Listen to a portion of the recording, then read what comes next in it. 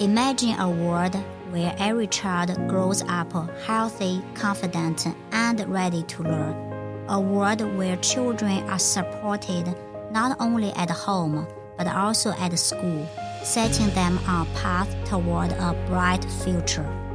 At the Michigan State University College of Nursing, I research early childhood development and well-being by actively engaging children, families, and educators.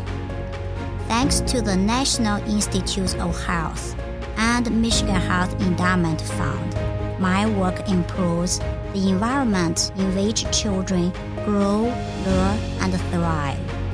I'm Ling, and the world we imagine today is the same world researchers here at the Michigan State University College of Nursing are working diligently toward every day.